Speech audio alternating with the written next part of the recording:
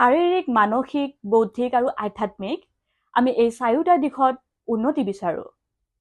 এই চাৰিওটা দিশত আমি উন্নতি হ'বলৈ হ'লে আমি সদায় ৰেইকি, এক্সিছ কনচিয়াছনেছ লগতে আমি EFT কৰাটো দৰকাৰ। এই তিনিওটা প্ৰক্ৰিয়া আমি ব্যৱহাৰ কৰি নিজৰ জীৱনটোত উন্নতি লাভ কৰিব পাৰিম। আৰু বহু লোকে এই তিনিওটা প্ৰক্ৰিয়া ব্যৱহাৰ কৰি নিজৰ জীৱনটোত উন্নতি লাভ কৰিছে। নমস্কাৰ, মই ধৰিত্ৰী। আমি বিভিন্ন সময়ত বিভিন্ন ধৰণৰ ব্যৱসায় ভিত্তিক ভিডিঅ' কণ্টেণ্ট এইবোৰ প্ৰস্তুত কৰোঁ। ইয়াৰ লগতে আমি ৰেইকি, মেডিটেশ্যন, সপূৰ্ণপূৰ্ণ এইবোৰ ভিডিঅ' প্ৰস্তুত কৰি আমি আপোনালোকক অনলাইন বা আমি ইউটিউবৰ জৰিয়তে প্ৰস্তুত কৰি শ্বেয়াৰ কৰি দিওঁ। চ' বন্ধু বান্ধৱীসকল, আশা কৰোঁ আপোনালোকে মোৰ এই ভিডিঅ'বোৰ চাব আপোনালোকে, লগতে মোৰ চেনেলটো ছাবস্ক্ৰাইব কৰি দিব। ইয়াৰ লগতে মোৰ ভিডিঅ'বোৰ আপোনালোকে please like, comment and share কৰি দিবলৈ নাপাহৰিব। আমি সকলোৱে বৰ্তমান সময়ৰ যি দুৰ্দশাময় অৱস্থা বা দুখময় যিটো অৱস্থা, আমি তাৰ পৰা সকলোৱে ওলাব বিচাৰোঁ, উদ্ধাৰ হ'ব বিচাৰোঁ। আমি এই দুখৰ পৰা বা আমাৰ এই কষ্টৰ পৰা আমি নিজকে পৰিত্ৰাণ পাবলৈ আমি বিভিন্ন উপায় অৱলম্বন কৰোঁ, বিভিন্ন যাগ-যজ্ঞ কৰ্ম আমি কৰোঁ। আৰু আমি এনেকুৱা এটা অভ্যাসত পৰিণত কৰি লওঁ যে সেই দুখেই মোৰ জীৱন বা দুখৰ সৈতে ওলাবলৈ গৈ দুখৰ সৈতে পুনৰ সংপৃক্ত হৈ পৰোঁ।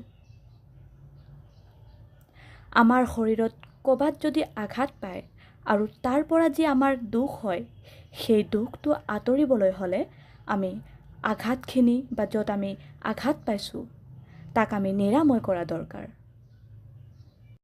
কিন্তু আমি যদি সেই আঘাতৰ সৈতে নিজক আৰু দুখী কৰি পেলাওঁ আৰু সেই আঘাতৰ সৈতে আমি জীয়াই থাকি এটা সময়ত অভ্যাস কৰি দিওঁ, তেতিয়াহ'লে নিশ্চিত ৰূপত আপুনি আঘাতটো যদিও বেয়া পায়, কিন্তু আপুনি এটা অভ্যাসলৈ পৰিণত কৰিছে। আপুনি এই দুখ, কষ্ট ইয়াৰ যদি সমাধান প্ৰকৃতাৰ্থ বিচাৰিছে, তেতিয়াহ'লে নিশ্চয় আপুনি আপোনাৰ ভিতৰৰ যি ট্ৰান্সফৰ্মেশ্যন তাক কৰা দৰকাৰ। আপোনাৰ ভিতৰৰ যি অস্তিত্ব তাক বুজি উঠা দৰকাৰ। আপোনাৰ ঈশ্বৰৰ যি কৃপা, ঈশ্বৰৰ যি আশীৰ্বাদ বা ঈশ্বৰৰ যি নিৰ্দেশ তাক বুজি পোৱাটো আপুনি দৰকাৰ। আৰু এই গোটেইটো বুজিবৰ কাৰণে আমি নিশ্চিত ৰূপত আমাৰ ভিতৰত মইজনক আণ্ডাৰষ্টেণ্ড বুজা দৰকাৰ। আপুনি প্ৰকৃতাৰ্থত কোন হয়, আপুনি কিয় কৰি আছে, আপোনাৰ জীৱনৰ উদ্দেশ্য কি, আপুনি কোন দিশত যোৱা দৰকাৰ, ইত্যাদি প্ৰশ্নবিলাক আপুনি নিজক নিজে কৰাটো দৰকাৰ। আমি সকলো জানো এই অনাৰ্থক কিছুমান কাম কৰি থাকোঁ আৰু আমি বুজিও পাওঁ,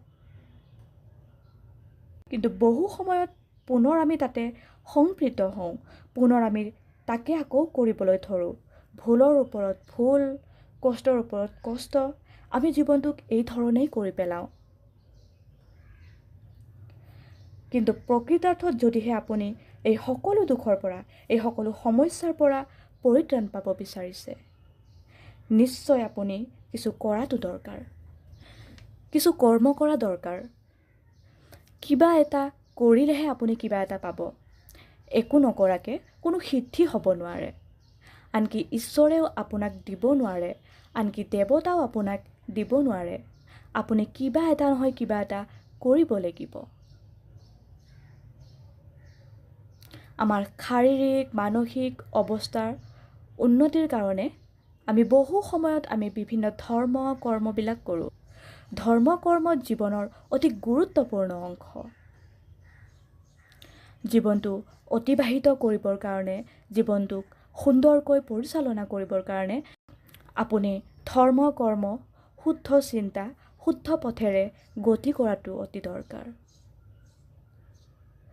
কিন্তু আমাৰ মানসিক যিটো শক্তি, মানসিক যিটো স্থিতি, তাক আমি সদায় ষ্টেবল আৰু সদায় পজিটিভ দিশলৈ যাবৰ কাৰণে আমি বহু সময়ত কওঁ যে আপুনি ৰেইকি, এক্সিছ বাৰ থেৰাপি, সপূৰ্ণপূৰ্ণ লভ এট্ৰেকশ্যন, EFT ইত্যাদি। এইটো এটা অতি সহজ প্ৰক্ৰিয়া, যিবিলাক টেকনিক, যিবিলাক পৃথিৱীৰ সকলো অঞ্চলত বা সকলো লোকে সমাদৰ কৰাত যিবিলাক প্ৰক্ৰিয়া তাক অৱলম্বন কৰি আপোনাৰ জীৱনটো সুন্দৰময় কৰিবলৈ প্ৰয়াস কৰিব। বহুজন লোকৰ প্ৰশ্ন থাকে যে এইখিনি কৰিলেই 100% ফল পামনে? চাওক, যদি আপোনাৰ মনত সন্দেহ আছে, যদি বিষয়টোৰ ওপৰত আপুনি অধিক জ্ঞান ল'ব লাগে, নিশ্চিত ৰূপত জ্ঞান ল'ব। কিন্তু বিষয়টো যিহেতু হাজাৰজনৰ ভাল কৰিছে, হাজাৰজনে ইয়াক 100% নিশ্চিত ফলাফল লৈ প্ৰমাণ দিব বিচাৰে, নিশ্চিত ৰূপত কিবা নহয় কিবা ঘটে, কিবা নহয় কিবা এটা মানুহৰ জীৱনত পৰিৱৰ্তন আনে। গতিকে আপুনিও ইয়াক অভ্যাস কৰাটো দৰকাৰ। যদি ইয়াতকৈ ভাল উত্তম প্ৰক্ৰিয়া আছে, নিশ্চয় আপুনি তাকো কৰক। কিন্তু যিবোৰ টেকনিক বা যিবোৰ পদ্ধতি ব্যৱহাৰ কৰি জীৱনটো সুন্দৰময় কৰিব পৰা যায়, তাক নিশ্চিত ৰূপত কৰাটো দৰকাৰী। এক্সিছ বাৰ ৰানিং কৰিলে বা এক্সিছ কনচিয়াছনেছৰ যি প্ৰক্ৰিয়া, ই আপোনাৰ শাৰীৰিক, মানসিক, বৌদ্ধিক আৰু আধ্যাত্মিক গোটেইকেইটা বিষয়তে ক্ৰিয়া কৰে।